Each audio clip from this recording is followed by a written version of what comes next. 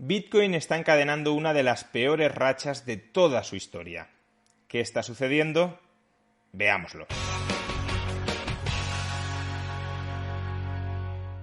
El precio de Bitcoin ha colapsado durante los últimos meses. Desde máximos ha caído prácticamente un 75%. No solo durante los últimos meses. Durante las últimas semanas, durante las últimas 2 semanas, el precio de Bitcoin ha caído más de un 40%. ¿Por qué está sucediendo esto? Pues esencialmente por 3 razones. La primera de ellas ya la anticipamos en este canal hace aproximadamente un año. En junio del año 2021 publiqué un vídeo que podréis encontrar en la sección de enlaces arriba a la derecha, donde hice un razonamiento que no gustó a gran parte de la comunidad Bitcoin, y fue el siguiente. Si bien en tiempos de inflación más acusados que los que teníamos en ese momento, y han venido, esos tiempos de inflación altos no tienen por qué ser tiempos buenos para la cotización de Bitcoin.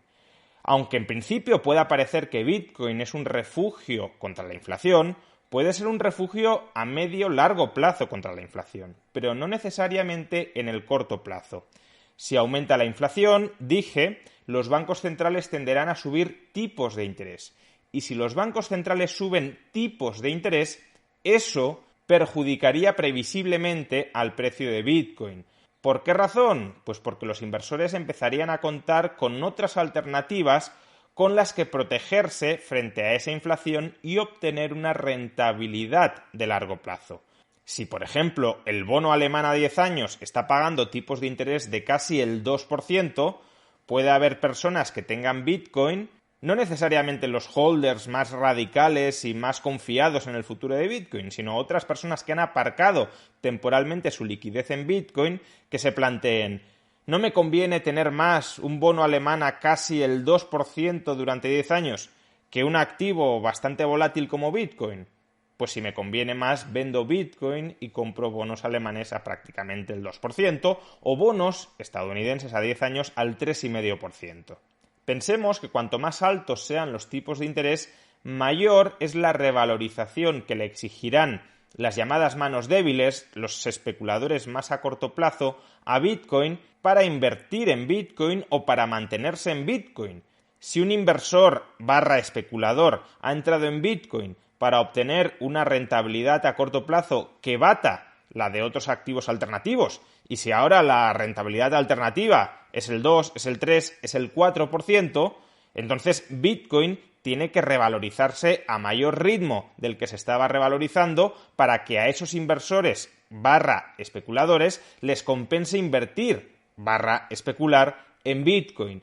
Y si eso no sucede, porque cuanto más suben los tipos de interés, mayor es la exigencia que se le hace a Bitcoin de revalorización, estos inversores / especuladores no entrarán en Bitcoin, sino que saldrán de Bitcoin. Y al salir de Bitcoin provocarán una estampida, una liquidación de posiciones que hará descender su precio, al menos hasta que otros inversores de largo plazo compren a buen precio esas unidades de Bitcoin que están vendiendo en masa.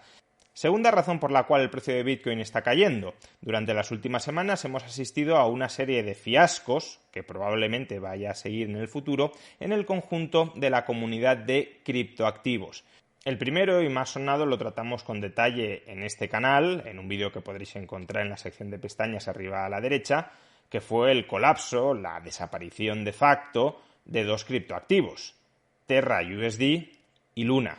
Una stablecoin algorítmica, Terra USD, cuyo valor de mercado pretendía ser estabilizado a través de otro criptoactivo, Luna, cuyo valor de mercado dependía a su vez de que la red de stablecoins Terra USD siguiera siendo utilizada masivamente por los usuarios.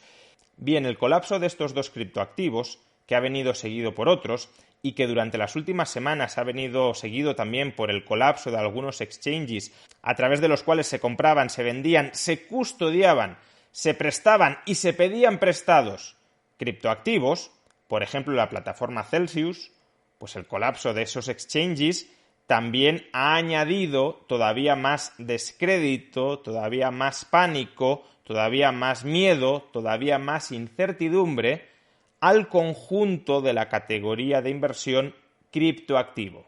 Si el conjunto de criptoactivos han dejado de ser un mercado en expansión, un mercado en el que una vez entrabas en cualquier cosa obtenías revalorizaciones extraordinarias, y ha pasado a ser un mercado en contracción, un mercado en el que si entras vas a sufrir minusvalías a corto, medio y quizá largo plazo del 10, 20, 30, 40, 50 o del 100%, en caso de que compres algunos criptoactivos deficientes como Terra USD, como Luna, o en caso de que inviertas a través de algunos exchanges deficientes como Celsius, pues entonces muchos inversores pueden preferir ya no dejar de entrar en el mundo de los criptoactivos, sino directamente salir de él escopeteados.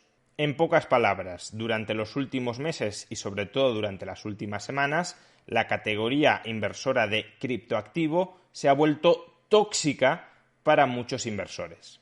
En la medida en que muchos equiparan Bitcoin con el resto de criptoactivos, que desde un punto de vista lingüístico puede ser correcto, porque sí, Bitcoin es un activo criptográfico y, por tanto, si nos queremos referir a toda la nueva categoría de activos criptográficos que han surgido durante los últimos 10 años, puede tener un sentido taxonómico incluir a Bitcoin dentro de este conjunto, pero que a su vez es una clasificación que comporta riesgos, porque Bitcoin aspira a ser un estándar monetario totalmente diferenciado, por tanto, del resto de criptoactivos, cuyas funciones no siempre están claras en relación con la función que ya está o que aspira a desempeñar o que está mejor posicionado para desempeñar Bitcoin dentro del conjunto de la economía. Pues bien, en la medida en que Bitcoin se incluye en el imaginario colectivo inversor dentro de la categoría de criptoactivos y en la medida en que, como decíamos, la categoría de criptoactivos se ha vuelto tóxica, pues dentro del imaginario colectivo del inversor, Bitcoin también se está volviendo tóxica. Y eso de nuevo significa muchas más ventas que compras y por tanto caída de su precio. Y por último y en tercer lugar, esta caída tan drástica, tan intensa y tan a corto plazo del valor de mercado de Bitcoin está provocando endógenamente una tendencia que agrava la propia caída del valor de mercado de Bitcoin. ¿Por qué razón? Pues porque muchos criptoactivos, durante los últimos años, también Bitcoin, se han comprado de manera apalancada. Es decir, los inversores, muchos inversores, han pedido crédito para invertir en criptoactivos, también para invertir en Bitcoin. Esta inversión apalancada en criptoactivos, también en Bitcoin, se hace normalmente a través de préstamos colateralizados. Un inversor quiere comprar, por ejemplo, 100 unidades de Bitcoin cuando su precio está a $60.000, es decir, necesita 6 millones de dólares para comprar Bitcoin, y una entidad financiera le dice: yo te doy 4 millones de dólares. La diferencia la tienes que poner tú. Es decir, yo te doy 4 millones y tú pones 2 millones de dólares y con eso compras 100 unidades de Bitcoin a $60.000 la unidad. Pero no solo eso. Esas 100 unidades de Bitcoin, que ahora mismo tienen un valor de mercado de 6 millones de dólares, las has de poner como colateral, como garantía del préstamo que te he hecho de 4 millones de dólares. Porque quiero tener la seguridad de que me vas a pagar, de que me vas a devolver estos 4 millones de dólares. Por tanto, tenemos unos activos, 100 unidades de Bitcoin a un valor de mercado de $60.000, es decir, unos activos que valen ahora mismo 6 millones de dólares, respaldando, garantizando un préstamo de 4 millones de dólares. Pero, ¿qué sucede si el valor de mercado, el precio de Bitcoin, cae de $60.000 a $35.000? Pues lo que sucede es que pasamos a tener unos activos, 100 unidades de Bitcoin, que tienen un valor de mercado de 3,5 millones de dólares, respaldando, garantizando un préstamo de 4 millones de dólares. Y cuando se da esa situación, la entidad financiera le dice al inversor que le ha pedido prestado para invertir en Bitcoin: los activos que has puesto como garantía, 100 unidades de Bitcoin, no son suficientes para cubrir el préstamo que te he hecho y que todavía no has devuelto de 4 millones de dólares. Por tanto, una de tres: o aportas nuevos activos como garantía hasta llegar a la cifra de 4 millones de dólares de garantías respaldando el préstamo, o amortizas con tu dinero parte del préstamo. Por ejemplo, si amortizas 1 millón de dólares, el préstamo pendiente de pago será de 3 millones de dólares y tus activos en Bitcoin tienen un valor de mercado de 3,5 millones de dólares, por tanto, volverás a estar sobrecolateralizado, es decir, tus activos estarán respaldando plenamente el valor vivo de tu deuda. O si no haces nada de todo esto, yo voy a coger tus 100 unidades de Bitcoin que has colocado como garantía y las voy a liquidar en el mercado a cualquier precio para resarcirme, para cobrarme en todo o en parte el préstamo que te he hecho. Este proceso de liquidación forzada de un activo que ha sido puesto como colateral de un préstamo se llama de un modo que muy probablemente todos habéis escuchado en alguna ocasión: margin call. O me aportas nuevo colateral, o amortizas el préstamo, o liquido los activos que has puesto como garantía. Y los liquido de golpe y a cualquier precio. Pues bien, ahora mismo estamos presenciando dentro del mundo cripto, un mundo en el que se ha invertido de manera apalancada durante mucho tiempo, estamos presenciando una gran cantidad de margin calls. Como los precios de todos los activos cripto están cayendo a plomo, todos aquellos que compraron incluso hace años de manera apalancada alguno de estos criptoactivos está viendo como el valor de lo que compró, de los activos que compró, vale menos que el préstamo que utilizó para comprarlos. Y las entidades financieras les están diciendo o más garantías, o amortizas, o te liquido la garantía que has puesto. Y claro, si las entidades financieras liquidan masivamente los criptoactivos que han sido puestos como garantía de esos préstamos, ¿qué sucede con esos criptoactivos?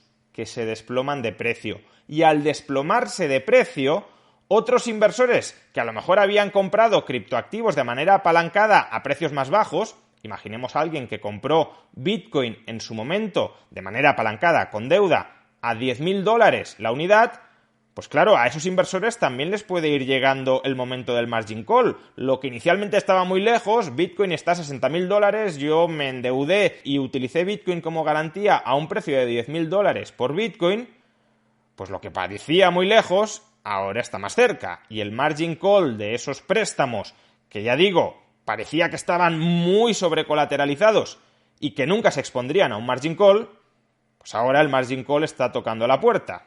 Y si llega a abrir la puerta, el precio de Bitcoin caerá todavía más. Ejemplo práctico de lo que estoy diciendo. El conocido inversor en Bitcoin, Michael Saylor, una de las ballenas en la inversión de Bitcoin. Michael Saylor tiene abierto un crédito con el banco, con la entidad financiera Silvergate, por la cual pidió prestados 220 millones de dólares para comprar 19.000 unidades de Bitcoin. El precio de referencia por debajo del cual se ejecutaría un margin call, salvo que Michael Saylor no aporte nuevas garantías o salvo que amortice parte del préstamo, es de $11.600 por Bitcoin. Es decir, que si el valor de Bitcoin cae por debajo de $11.600, Silvergate liquidará de golpe en el mercado 19.000 unidades de Bitcoin, provocando un hundimiento muchísimo mayor de lo que hemos visto en cualquier día hasta la fecha del precio de mercado de Bitcoin. Pensemos que una liquidación repentina de 600 o 700 unidades de Bitcoin puede hacer caer su precio de mercado en un día en alrededor del 6-7%. Si se venden 19.000 unidades de golpe, el precio puede caer perfectamente un 20, un 30, un 40, un 50% en un día, no lo sabemos. El caso es que obviamente habría un colapso diario del precio de Bitcoin si su precio de mercado baja de $11.600 y Michael Saylor no aporta nuevo colateral, no amortiza deuda y por tanto permite que Silverbank ejecute la garantía del préstamo de 220 millones de dólares que pidió en su momento. Pues bien, esta perspectiva de que el precio de Bitcoin, si se ejecuta esta garantía, caiga adicionalmente un 40, 50 o más por ciento en un día, está llevando a que los especuladores se pongan cortos en Bitcoin, forzando que el precio a corto plazo baje. Si no hay mucha gente que ahora se quiera meter en Bitcoin porque los riesgos bajistas son muy grandes y hay muchos que están apostando en contra de Bitcoin, eso provoca descensos en su precio de mercado. Y esos descensos en los precios de mercado pueden convertirse en profecías autocumplidas si los especuladores bajistas consiguen hacer descender, aunque sea transitoriamente, el precio de mercado de Bitcoin por debajo de cada uno de los niveles de los distintos margin calls que existen. En este caso, en el que he puesto como ejemplo, $11.600. En definitiva, en estos momentos hay mucha presión vendedora sobre Bitcoin y poco ímpetu comprador, sobre todo si la perspectiva a corto o medio plazo es que caiga todavía más. Muchos se pueden esperar a entrar a que los precios estén todavía más baratos, y eso da más fuerza a los bajistas que a los alcistas, y con margin calls de por medio, los especuladores huelen a sangre y ejecutan. ¿Cuándo volverá, por tanto, a crecer el precio de Bitcoin? Bueno, si vuelve a crecer, cuando la demanda reabsorba toda la oferta que actualmente está llegando al mercado y que va a seguir llegando de Bitcoin, ventas voluntarias y ventas forzosas en masa, si aparecen suficientes compradores que absorban a un precio suficientemente alto todas esas unidades de Bitcoin que se están vendiendo y las mantienen en su cartera y no las venden a la primera de cambio, Bitcoin podrá volver a encadenar un ciclo alcista conforme, de nuevo, los inversores que tengan Bitcoin compren nuevas unidades de Bitcoin o conforme entren nuevos inversores. Pero ahora, insisto, están saliendo inversores y los inversores que se quedan con Bitcoin también están liquidando voluntaria o forzosamente posiciones. Por tanto, mucha más oferta que demanda y no parece que eso vaya a cambiar de manera estructural y drástica. Por supuesto, puede haber cambios, fluctuaciones diarias o semanales en el corto plazo. Y por tanto, ¿a qué nos conduce todo esto? Pues en mi opinión estamos ante una importantísima y por otro lado necesaria purga de todo el ecosistema cripto. Muy probablemente vamos a ver cómo muchos más criptoactivos mueren, desaparecen, cómo por supuesto el valor de todos ellos va a seguir cayendo, cómo muchas plataformas quiebran, probablemente haya, por ejemplo, demasiados exchanges que no estén prestando un valor diferencial en relación con otros, o exchanges que estén aplicando técnicas muy arriesgadas para revalorizarse, para ganar dinero, como era el caso de Celsius, ofreciendo altos tipos de interés a los depósitos en criptoactivos que luego rentabilizaba o con nuevas entradas de capital, es decir, un esquema pseudo-Ponzi, o con inversiones muy arriesgadas desde el lado de su activo, pues todos esos modelos de negocio que pudieron parecer rentables cuando el mundo cripto estaba estallando y estaba creciendo a ritmos probablemente insostenibles, a posteriori estamos viendo insostenibles, todos esos modelos de negocio que no estaban muy claros y que solo podían sobrevivir en un mercado en crecimiento exponencial, pues también van a ser purgados. La cuestión, claro, es si después de esta purga el mundo cripto va a tener una base mucho más sólida y por tanto va a crecer de manera más pausada, pero más sólida, más robusta de lo que lo ha hecho en los últimos años, o si va a quedar un estigma muy grande en el mundo cripto, como sucedió, por ejemplo, con las .com en Estados Unidos en el año 2001, o como sucedió con la vivienda en España en 2007-2008, que augure muchos años de travesía en el desierto para todo lo que suene a cripto, incluido Bitcoin. Ese, por supuesto, es un riesgo que está ahí y que hay que considerar como no improbable. Ahora bien, si por sus características Bitcoin sigue desempeñando una función económica, sigue prestando servicios económicos valiosos a algunos inversores que deseen poseer un activo inconfiscable que no dependa de la confianza de terceros, si eso es así, entonces Bitcoin seguirá siendo demandado y seguirá siendo utilizado en círculos muy amplios o en círculos muy estrechos, pero seguirá siendo utilizado y seguirá teniendo algún valor de mercado. La cuestión, por supuesto, es cuál. Si los inversores más fundamentales en Bitcoin, los holders, consiguen estabilizar en algún momento, veremos a qué nivel, el valor de Bitcoin de manera sostenida durante bastante tiempo, si por tanto cesa la expectativa de nuevos margin calls, cesa la incertidumbre sobre nuevas caídas en el precio de Bitcoin, si cesa la purga, que todavía está muy incipiente probablemente en todo el mundo cripto, si cesa la subida de tipos de interés, todo eso puede ser un contexto favorable para que el precio de Bitcoin vuelva a remontar. Pero de momento, insisto, me temo que estamos todavía lejos de que estos tres acontecimientos esenciales, que no suban los tipos de interés, que se haya terminado la purga en el mundo cripto y que no haya perspectivas de nuevos margin calls, es decir, estabilidad sólida del precio de Bitcoin sobre cuya base recibir la entrada de nuevos inversores, esas tres condiciones creo que todavía están lejanas en el tiempo. En pocas palabras, queridos y en estos momentos sufridos inversores de Bitcoin, después de un espléndido verano ha llegado un frío invierno y ya veremos si en algún momento vuelve a llegar la primavera y qué tipo de primavera.